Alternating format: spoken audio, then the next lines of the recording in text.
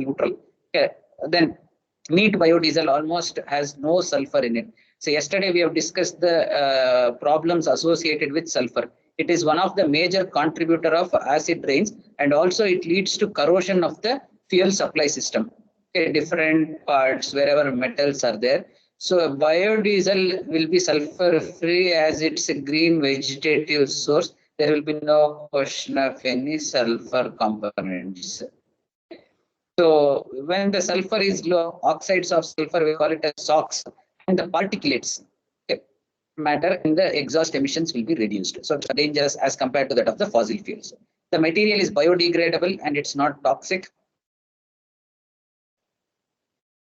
Whatever left out is there after extracting the biodiesel, it's all biodegradable in nature and they are not toxic also.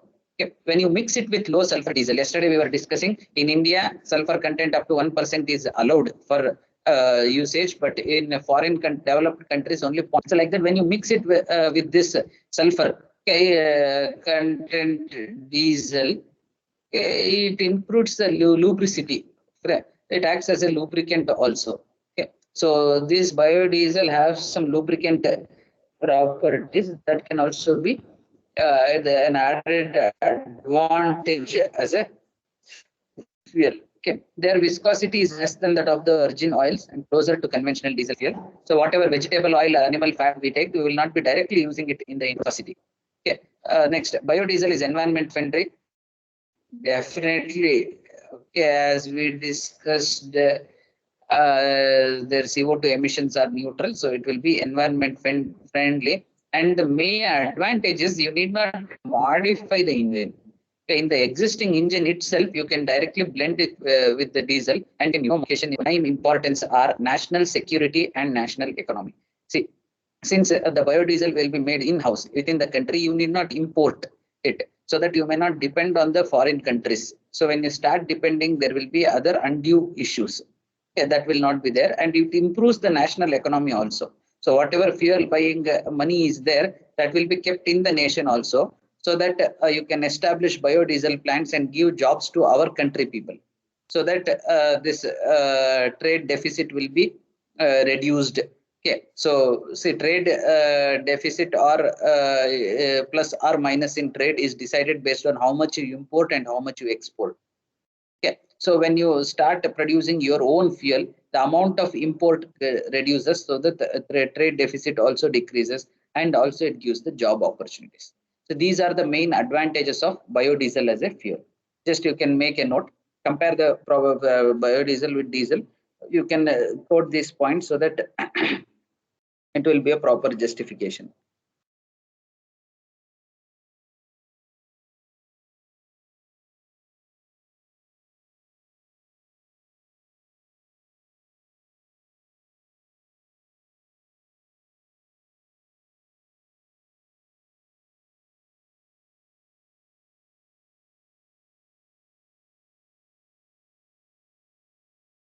Is it done?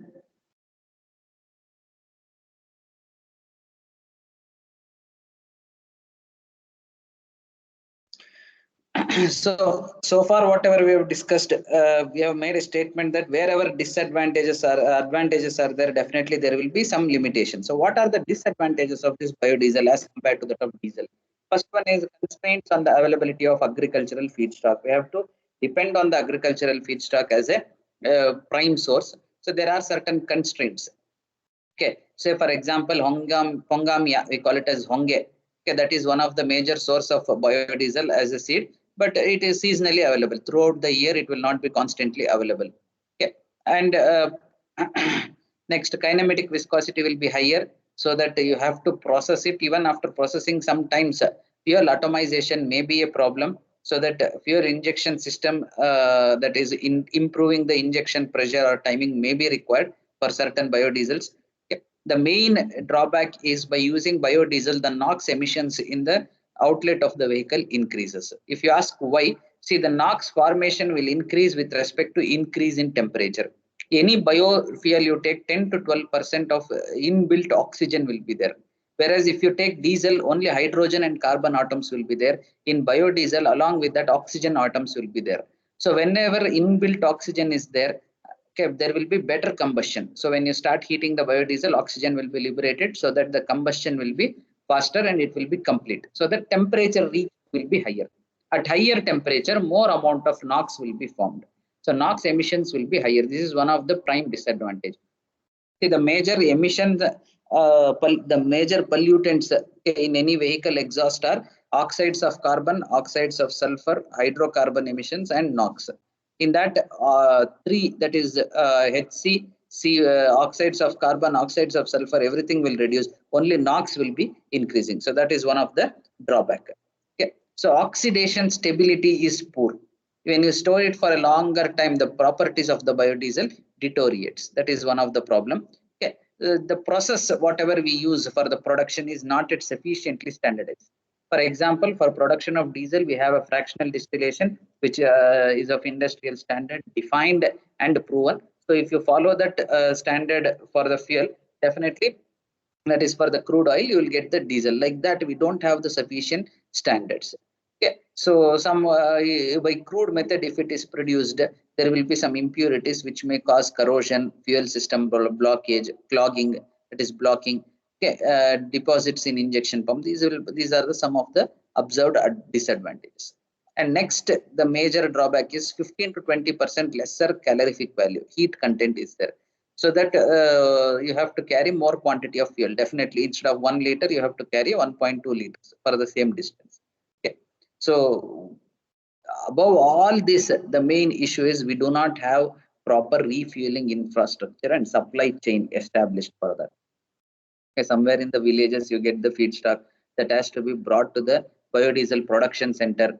Okay, then oil should be extracted, it should be converted, then it should be given to fuel bunks. So that supply chain and the fuel distribution lines are not standardized. So these are some of the drawbacks of a biodiesel. Please make a note of it.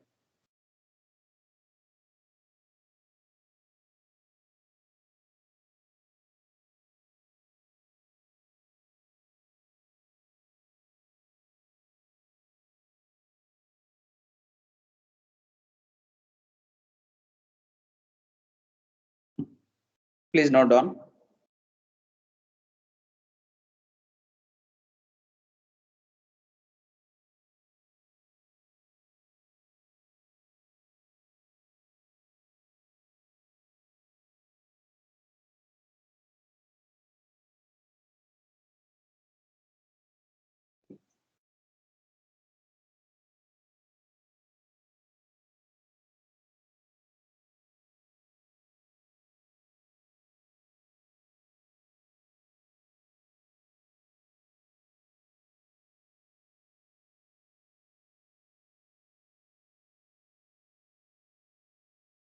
Okay. So next is the combustion. What is the mechanism of burning of fuel in a petrol and diesel engine? We have to study in detail. So combustion in SI engine. SI means spark ignition engine or petrol engine. So take down a very neat sketch. Okay. So there are 4 stages, one after the other. We will discuss in detail. Okay. You have to draw this sketch with approximate values, right? You can see the here 18 degrees. Once please make a note of it. So 18 degrees before top dead center. Okay, 8 degrees one more line, at plus 18 degrees one more line. So you have to draw the dotted lines, then you have to plot this graph. Take down, we will discuss.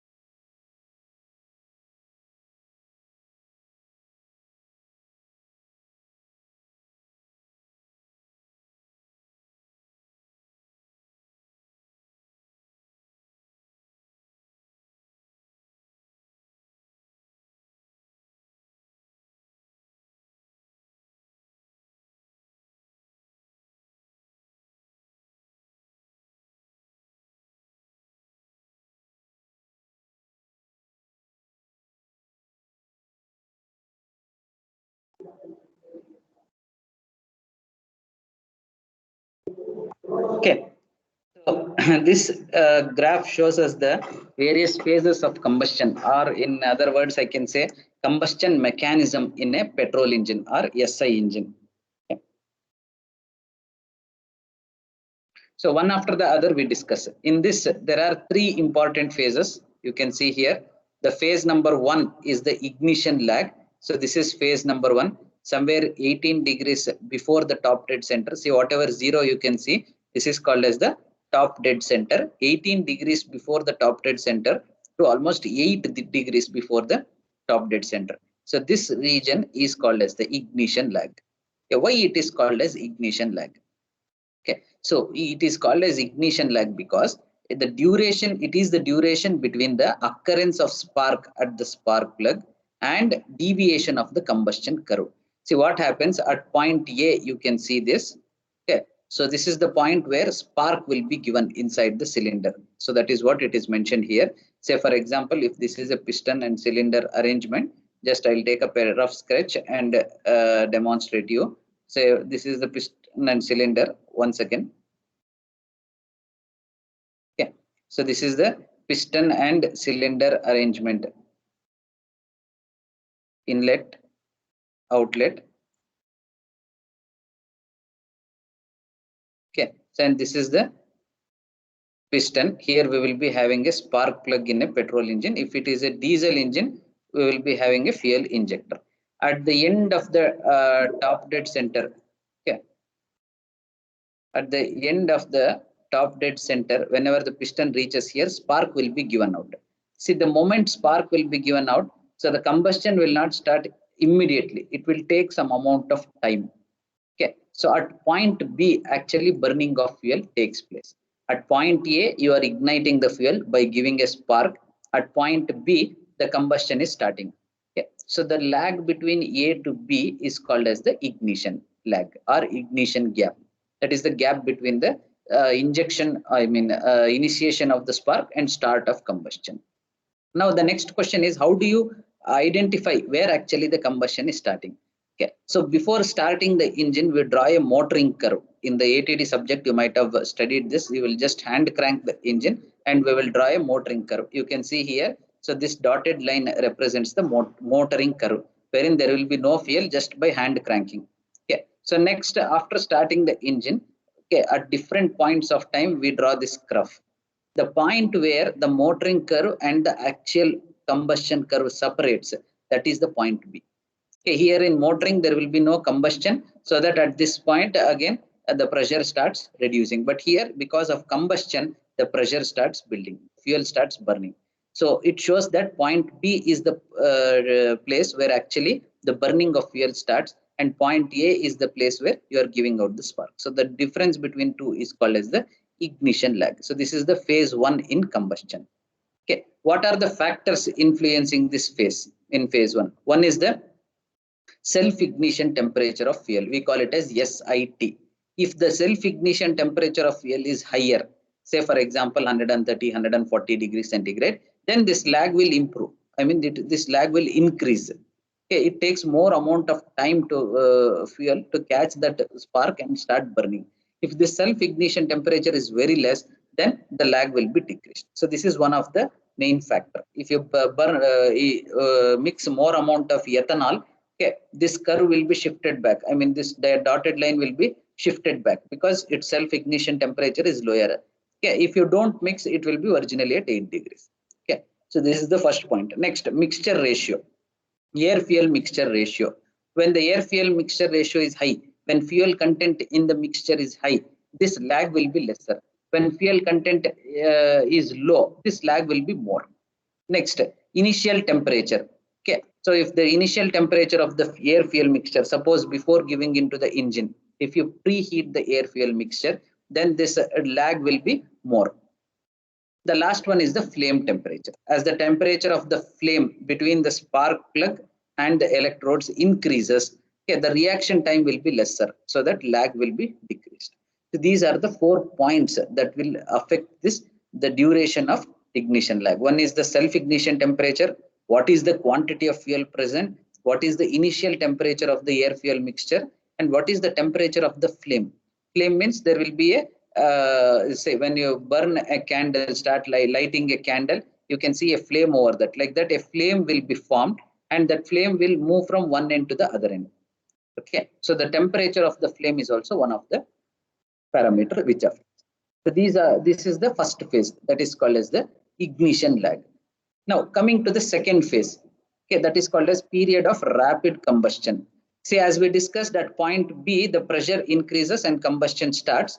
Okay, so once the combustion starts at point C, the pressure becomes maximum. Then suddenly it starts decreasing. What can you conclude from this? Here, the combustion, the peak pressure point is reached. After that, the pressure is dropping. So the gap between the start of combustion and the point of peak pressure in the graph. You can see here combustion is starting at point B, point C is the peak pressure. The gap between that is called as the propagation of flame, or it is called as rapid combustion phase. Okay, so this is the phase 2. In this phase, mean temperature of the gases in the engine cylinder continues to increase.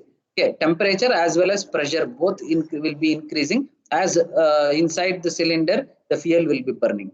Okay, so this gap depends upon the turbulence, how the air fuel is mixed. Okay, so it will be usually constant for any specific designed engine. Okay, so this is the second phase. Okay, so next phase number 3 is called as the after burning period.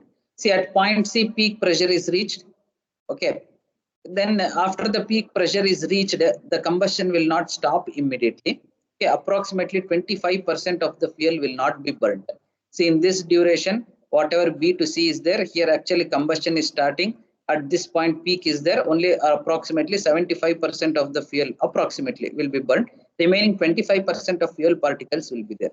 So they catch fire and burn for some period of time. Okay, so this is called as the period of after burning. So it is defined as the time gap between the peak pressure and point D, which is called as the peak temperature.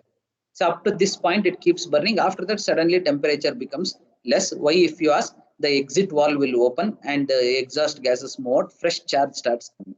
So that here temperature reaches peak and then it drops. So point C, D is called as the after burning phase. So these are the three phases of combustion in a petrol engine. First is the ignition lag, the point of spark to the point of start of combustion. Second is the period of rapid combustion. So start of combustion to the peak pressure. Third is the after burning, peak pressure to the peak temperature, we can call. So this is the after burning. So these are the phases of combustion in a petrol engine. Based on this theory only, any petrol engine combustion analysis can be done. Any doubts in this, you can ask me. So you have to analyze the graph, sit and try to understand. Okay, it's a very interesting topic.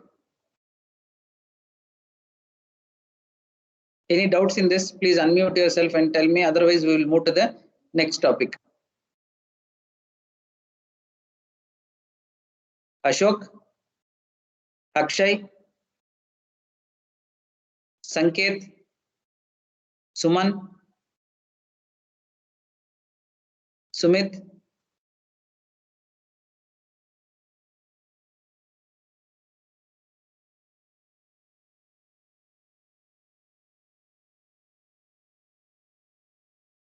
Any doubts in this?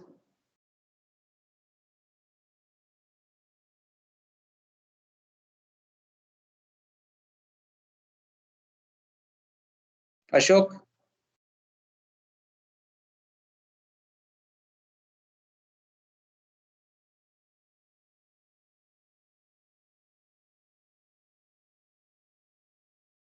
Ashok, Akshay.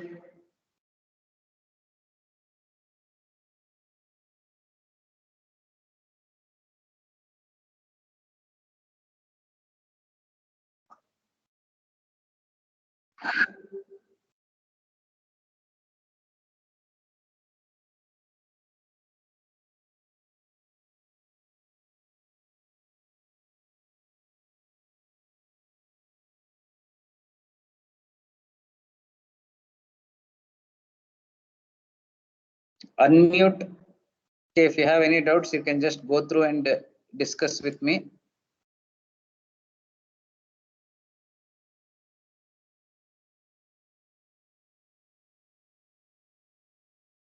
Suman.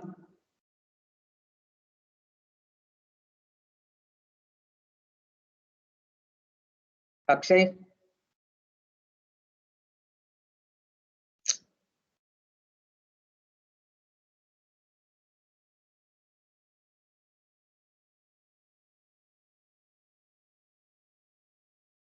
Okay. So detonation or abnormal combustion in petrol engines. So what do you mean by this knock or abnormal combustion?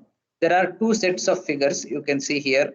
First set represents the normal combustion. So this is the normal combustion. Okay. And this is the abnormal or knocking. Okay. So what is happening in this set of arrangement?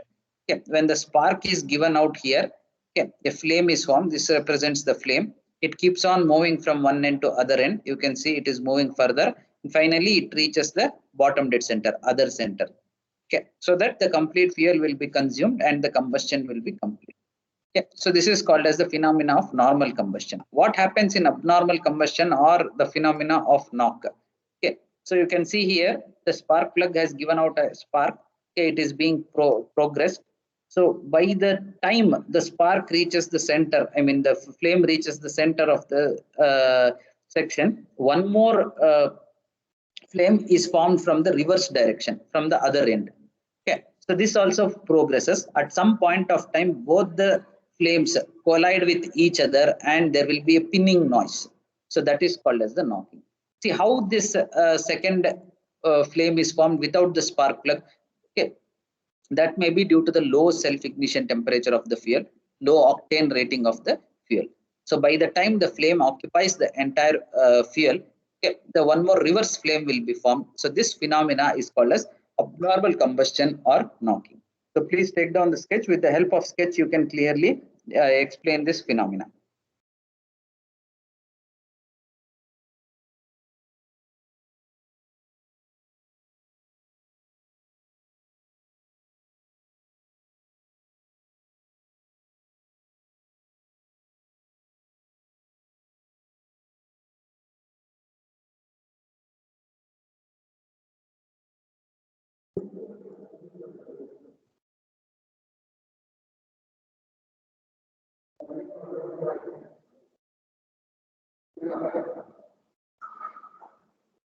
Please take down.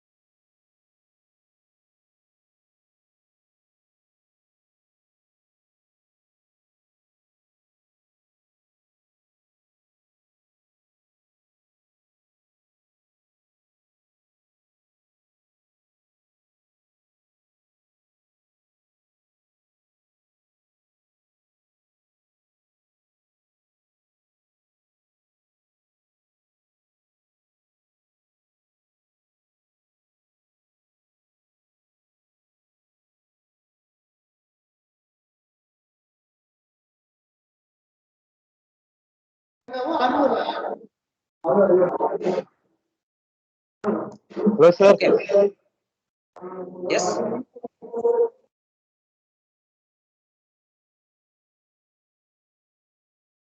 Yes, any doubts you can ask me. Otherwise, we will move to the next topic.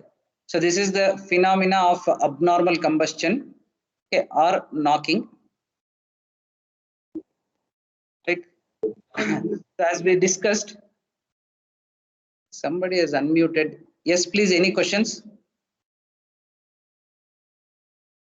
If there are any questions, you can ask.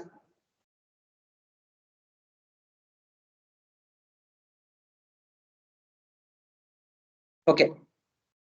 So with the help of the graph, same phenomena of knocking is explained here. You can see in a normal combustion, what is happening. So this is point A where you give the spark, point B where actually combustion starts, point C where the peak pressure is reaching, point D where the combustion process stops. The same you can see here. Once the peak process is crossed, the reverse flame comes and hits, so that there is lot of disturbance. There will be a drop in efficiency And you can also notice that the engine efficiency will be dropped because this part of the fuel cannot burn completely. Okay. The second thing is the engine components. Based on the vibrations, the engine components may get damaged. Okay. So this is slight knocking. Okay. Wherein in some cases, okay, the knocking may be more intense depending upon the spark timing that you are giving. So before just reaching the peak pressure, the reverse whatever flame is there, that will be more predominant so that it hits strongly. So the disturbances will be rapid. In such cases, the engine may get seized also. Okay. So with this sketch, you can clearly correlate between the variation of pressure and what actually happens in a knock. Okay. So you can note down this. So if it is asked to describe the phenomena of knocking, you have to draw both the set of sketches. Usually it will be a 10 marks question. So with this, you can establish, I mean, you can explain the process, and the effects you can establish, I mean, explain with the help of this. Okay. So just make a note of it.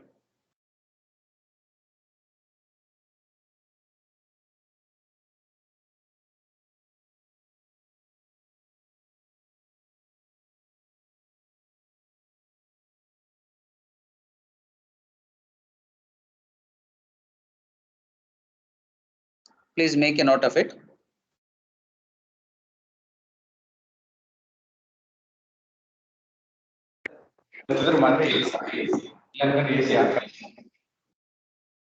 Yes, any questions?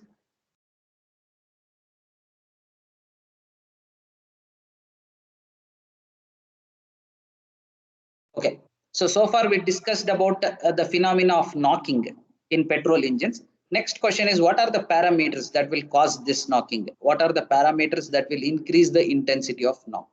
First one is the compression ratio set in the engine.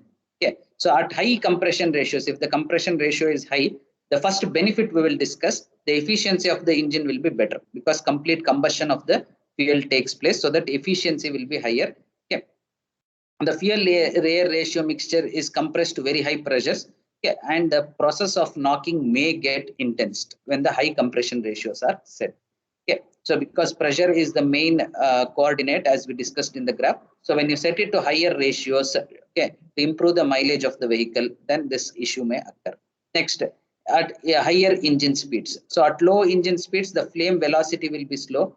Okay, so thus the burn time will be long. This results in more time for auto ignition. As we discussed, time is the important factor. If the complete fuel is totally consumed in a short duration of time, then the reverse flame cannot form. If the combustion velocity is lesser, reverse flame formation will be much easier. So at lower speeds, the possibility of knocking will be more. The important factor is the spark timing.